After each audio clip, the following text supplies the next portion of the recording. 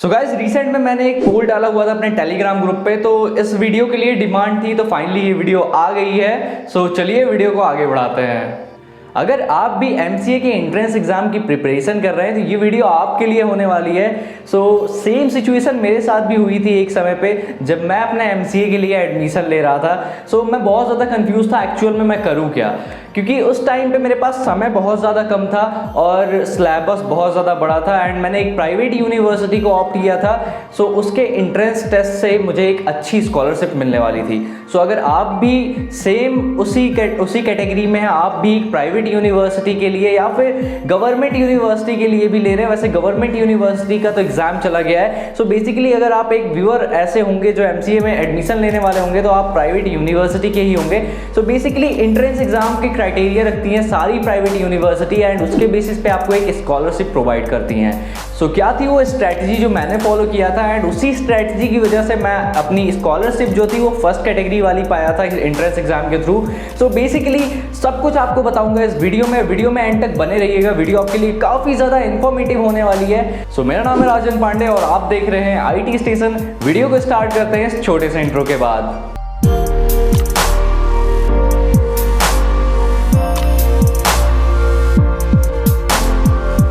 तो एमसीए क्या है ये तो आपको पता ही होगा, बड़ा बेतुका सा सवाल है, बट फिर भी अगर आपको नहीं पता तो ये एक ऐसी डिग्री है जो आपको मास्टर्स की डिग्री प्रोवाइड करती है कंप्यूटर एप्लीकेशन की फील्ड में। ये कोर्स आपका 2 साल और 3 साल का होता है, वेरी करता है यूनिवर्सिटी के ऊपर आप कौन सी यूनिवर्सिटी में एडमिशन ले रहे हैं, क्योंकि काफ़ी सारी यूनिवर्सिटीज को 3 साल में भी कराती हैं, लेकिन मोस्ट ऑफ द टाइम जो यूनिवर्सिटीज होती हैं वो 2 साल में ही कराती हैं एमसीए को। सो इस पूरी वीडियो को मैंने 5 पॉइंट्स में बांटा हुआ है। सो उन 5 पॉइंट्स को मैं डिस्कस करूंगा और उन 5 पॉइंट से आपको बहुत कुछ सीखने को मिलेगा एंड आप अच्छे से प्रिपरेशन कर पाएंगे अपने एंट्रेंस एग्जाम की।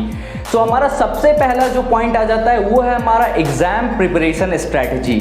सो ये सबसे बेस्ट और सबसे बेसिक पॉइंट है आपका, जो आपके लिए काफ़ी ज़्यादा हेल्पफुल होने वाला है। सो आपको सबसे पहले ये एनालिसिस करना है कि कौन से सब्जेक्ट में आप स्ट्रांग हैं और कौन से सब्जेक्ट में आप वीक हैं, क्योंकि आपको ये बहुत अच्छे से पता होता है कि कौन सा सब्जेक्ट आपका अच्छा है कौन सा नहीं। सो हम सबसे पहले वीक सब्जेक्ट्स को लेके चलेंगे, ठीक है। अभी हम आगे डिस्कस भी करेंगे कौन कौन से सब्जेक्ट है जो मेनली आपके एंट्रेंस एग्जाम में आते हैं। सो आपको वीक सब्जेक्ट को सबसे पहले उठाना है एंड स्टार्टिंग टाइम में उस पर फोकस करना है, उसके बेस पे फोकस करना है, क्योंकि वही सब्जेक्ट आपका एक कमजोरी बन जाता है एंट्रेंस एग्जाम के टाइम में, ठीक है। तो वीक सब्जेक्ट को सबसे पहले कवर करेंगे, उसके बाद हम कवर करेंगे अपने स्ट्रॉन्ग सब्जेक्ट्स को।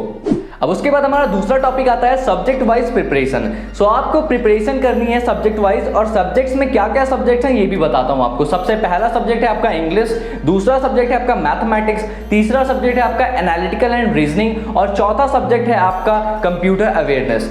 सो इसमें भी काफ़ी सारे वेरी करते हैं कौन सा सब्जेक्ट ज़्यादा आपके लिए महत्वपूर्ण है उस टाइम आपके एग्जाम में। सो सबसे पहला आपका सब्जेक्ट मैथमेटिक्स जो है वो सबसे ज़्यादा इंपॉर्टेंट है, वो काफ़ी अच्छा वेटेज देगा वहाँ पे एग्जाम में आपको। दूसरा आपका कंप्यूटर अवेयरनेस है, तीसरे नंबर पे इंग्लिश है एंड एनालिटिकल रीजनिंग के भी क्वेश्चंस आते हैं। एंड उसके बाद हमारी एनालिटिक्स होती है, एनालिटिक्स भी मैथ होती है, बट सबसे ज़्यादा वेटेज आपका जो होता है मैथ्स का होता है, रीजनिंग वाले पार्ट का नहीं, मैथमेटिक्स जो होता है आपका इसमें। एंड गाइस सब्जेक्ट के बारे में आगे डिस्कस करूँ उससे पहले बता दूं कि आपको इस सब्जेक्ट में एक ब्रीफ पीडीएफ आपको अपने टेलीग्राम ग्रुप पे प्रोवाइड करा दूंगा, आप जाके ज्वाइन कर सकते हैं, लिंक आपको डिस्क्रिप्शन में मिल जाएगा। एंड अगर आपका कोई सवाल हो तो आप हमसे लिंक्डइन पे भी पूछ सकते हैं, मैं वहाँ पे काफ़ी ज़्यादा एक्टिव रहता हूँ, तो आप मुझे कनेक्ट करके वहाँ से भी आप अपने सवालों को पूछ सकते हैं। खैर बढ़ते हैं आगे। तो हमारे जो सब्जेक्ट्स होते हैं मैथमेटिक्स, इंग्लिश, एनालिटिकल और कंप्यूटर अवेयरनेस। मैथमेटिक्स का सबसे ज़्यादा वेटेज होता है, फिर उसके बाद इंग्लिश का भी वेटेज काफ़ी अच्छा होता है, तो इंग्लिश में आपको ग्रामर पे अच्छी फोकस करनी है, एंटोनिम्स सिनोनिम्स ये सब आते हैं, ठीक है। तो उसके बाद आपको कंप्यूटर अवेयरनेस देखनी। कंप्यूटर अवेयरनेस बेसिकली आपको अगर आपने बीसीए में अच्छे से किया होगा तो बहुत ज़्यादा जरूरत नहीं पड़ेगी, नेटवर्किंग का पार्ट होता है। उसके बाद आपका सॉफ्टवेयर इंजीनियरिंग भी घुसा देते हैं, उसमें सी लैंग्वेज घुसा देंगे, C++, बेसिक डीएसए भी घुसा देते हैं, ठीक है। ऐसा होता है एंट्रेंस एग्जाम अगर यूनिवर्सिटी का देखें तो।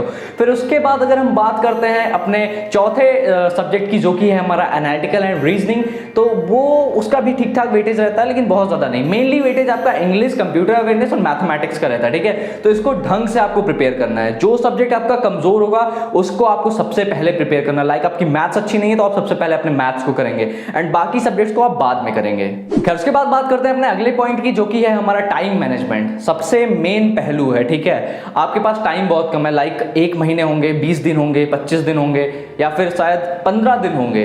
तो टाइम कैसे मैनेज करना है, कैसे आप मैनेज करेंगे चीज़ों को।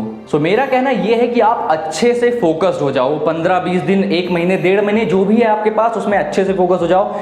थोड़ा कम कर दो सोशल मीडिया अपना, थोड़ा सा ज़्यादा वर्क दे दो अपनी स्टडी पे। 4 घंटे की जगह 5-6 दे सकते हो तो अच्छी बात है। अपने जो वीक सब्जेक्ट है उसको ज़्यादा दे दो। जैसे आप सारे सब्जेक्ट को 1-1 घंटे दे रहे हो, वीक सब्जेक्ट को आपको 2 घंटे देना, 2 घंटे दे दो। 3 दे पा रहे हो 3 दे दो। एक साथ नहीं कह रहा हूँ, बट दिन में एक अच्छा सा शेड्यूल बना लो जिस टाइम में आपको कंफर्टेबल हो। ऐसा नहीं है कि सुबह उठ के ही पढ़ना है। आप अगर रात में कंफर्टेबल हो तो रात में पढ़ो, लेकिन ऑल ओवर आपको 4 घंटे मिनिमम देने ही पड़ेंगे, ठीक है। तो भाई डेडिकेशन आपकी रहेगी तो आपको ईजिली एक अच्छी स्कॉलरशिप मिल जाएगी। आपका फ्यूचर आपके हाथ में है, ठीक है। तो अच्छे से फोकस कर लो। माँ बाप का भी थोड़ा पैसा कम हो जाएगा, क्योंकि मैं जहाँ तक जानता हूँ सभी एक मिडिल क्लास फैमिली से ही बिलोंग करते होंगे, तो वो चीज़ ना कहीं होती है। आपको अगर एक अच्छी स्कॉलरशिप वहाँ पे 20-30 हज़ार रुपये भी ज़्यादा अगर मिलता है आपको स्कॉलरशिप, वो बहुत ज़्यादा होता है मतलब हम लोग के लिए।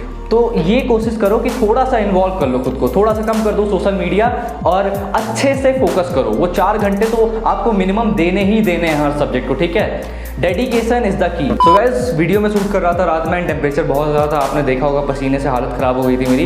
एक्चुअल में 49 डिग्री सेल्सियस टेम्परेचर था इस रूम का, पता नहीं ऐसा क्या था इस रूम में, एंड डिवाइस ओवर हीट कर गया था। सो फाइनली अभी सेकंड पार्ट में शूट कर रहा हूँ उसको मैं दिन में, तो अगर चिड़िया वगैरह की थोड़ी आवाज़ आती है तो मैनेज कर लेना। अपने घर पे हूँ मैं, गाँव में। सो हम बात कर रहे थे अपने टाइम मैनेजमेंट के बारे में, जो कि हो गया था, आपको समझ में आ गया होगा टाइम मैनेजमेंट कैसे करना है। तो हमारा चौथा नंबर पॉइंट, सबसे इंपॉर्टेंट पॉइंट है भाई, प्रिपरेशन कहाँ से होगी आखिरकार। सब कुछ तो हो गया, सिलेबस का हो जाएगा एंड टाइम मैनेजमेंट हो जाएगा, बट प्रिपरेशन कहाँ से करेंगे। अब प्रिपरेशन में आपके 2 ऑप्शंस आते हैं। पहला ऑप्शन आपके पास है कि आप कोई एक पर्टिकुलर बुक खरीद लें जिससे आप प्रिपरेशन करें खुद से, एंड दूसरा ऑप्शन आता है कि आप ऑनलाइन कोर्सेज देख लें, मतलब कि ऑनलाइन जो आपके कॉन्टेंट्स हैं उनसे प्रिपेयर करें। सो पहले ऑप्शन में पॉइंट ये है कि टाइम आपके पास काफ़ी ज़्यादा कम है। सो आई डोंट थिंक सो आपको इतनी मोटी भगवत गीता लेके पढ़नी पड़ेगी पूरा प्रॉपर, क्योंकि जो भी एंट्रेंस की बुक है अभी तक वो काफ़ी ज़्यादा बड़ी है, मतलब कि वो 1 महीने में तो कवर नहीं होने वाली है एक्चुअल में। सो अगर आप बुक से कंफर्टेबल हैं तो ले सकते हैं, बट मेरा सजेशन तो नहीं ही रहेगा। आप क्या कर सकते हैं, आप सेकेंड ऑप्शन के लिए जा सकते हैं। भाई यूट्यूब है, यूट्यूब से जाके प्रिपेयर करो, एकदम ईजी, आपको हर एक टॉपिक ईजीएस्ट वे में मिल जाएगा। आप ऐसे प्रिपेयर करो लाइक कोई सब्जेक्ट है, सब्जेक्ट में कोई चैप्टर है, चैप्टर के अंदर जो टॉपिक्स हैं उन टॉपिक्स को यूट्यूब पे डाल के सर्च करो, एंड उसके बाद उन्हीं टॉपिक्स के MCQs आके आप अपने गूगल पे प्रिपेयर करो। गूगल पे कहाँ से करोगे, लाइक आपकी वेबसाइट्स हैं, टेक्स्ट बुक हो गया और सेंट फाउंड्री हो गया, और उसके बाद और 2-3 वेबसाइट्स है, तो वहाँ से जाके आप अपने MCQs को भी प्रिपेयर कर सकते हो। सो मेरे हिसाब से ये आपके लिए ज़्यादा बेटर रहेगा, क्योंकि मैंने भी यही सेम चीज़ किया हुआ था। मेरे पास टाइम काफ़ी ज़्यादा कम था एंड मैंने बुक नहीं लिया था इवन। सो मैंने यूट्यूब और इन्हीं सब से प्रिपेयर करके कैटेगरी फर्स्ट की स्कॉलरशिप निकाली थी अपने कॉलेज के एंट्रेंस एग्जाम में। सो ये एक बेटर ऑप्शन हो सकता है। बाकी अगर आप बुक में कंफर्टेबल हो तो आप बुक के लिए भी जा सकते हैं, ऐसी कोई ज़रूरत नहीं है आपको कि उसी के लिए जाना है, डिपेंड करता है आपके ऊपर। सो अब बात करते हैं अपने 5वें और आखिरी पॉइंट की, जो कि है रिवीजन। अब रिवीजन कैसे करना है भाई, रिवीजन आपको करना है लास्ट के 3 दिन, 2 दिन या फिर हफ्ते भर के अंदर, जो कुछ आपका लास्ट का एक्स्ट्रा टाइम बच जाएगा अपने सिलेबस को खत्म करने के बाद, उसमें आप प्रिपेयर करेंगे, अपने रिवीजन को करेंगे। एंड रिवीजन पता है ऐसे टॉपिक्स को नहीं करना है जिसको आपने नहीं पढ़ा हुआ है लास्ट के कुछ दिनों में, आपको उन्हीं टॉपिक को रिवाइज करना है जिसको आपने पढ़ा हुआ है, क्योंकि यही एक सबसे मेन पॉइंट है जहाँ पे स्टूडेंट्स गलतियां करते हैं। आपको सिर्फ उन्हीं टॉपिक्स को अच्छे से प्रिपेयर करना है जो आपने पढ़ा हुआ है। अदरवाइज अगर मान लीजिए आप उन टॉपिक्स को भी रिवाइज करना है जिसको आपने ढंग से नहीं पढ़ा है, जो आपको बहुत अच्छे से समझ में नहीं आया है, तो आप ना तो वो सही से कर पाओगे और ना आपने जो पढ़ा हुआ है वो कर पाओगे, मतलब वो भी भूल जाओगे। सो ये सबसे मेन पॉइंट है, आपको वही चीजें रिवाइज करनी है। ये नहीं करना है कि सब कुछ कवर कर लो, सब कुछ कवर नहीं करना है। जो टॉपिक में आप अच्छे हो, जिसको आपने अच्छे से प्रिपेयर किया है, उन्हीं टॉपिक्स को आपको अच्छे से एकदम प्रिपेयर करके जाना है। एंड बस यही थी वीडियो। होप आपको काफी कुछ समझ में आया होगा। सो आज की वीडियो में बस इतना ही। होप वीडियो से आपको काफी ज्यादा हेल्प मिली होगी। सो अगर आपको थोड़ी भी हेल्प मिली हो तो प्लीज वीडियो को लाइक करना, और ऐसे ही और वीडियोस के लिए आप हमारे चैनल को सब्सक्राइब कर सकते हो। सो मिलते हैं आपको एक और नई वीडियो में। Till then keep learning, keep rocking.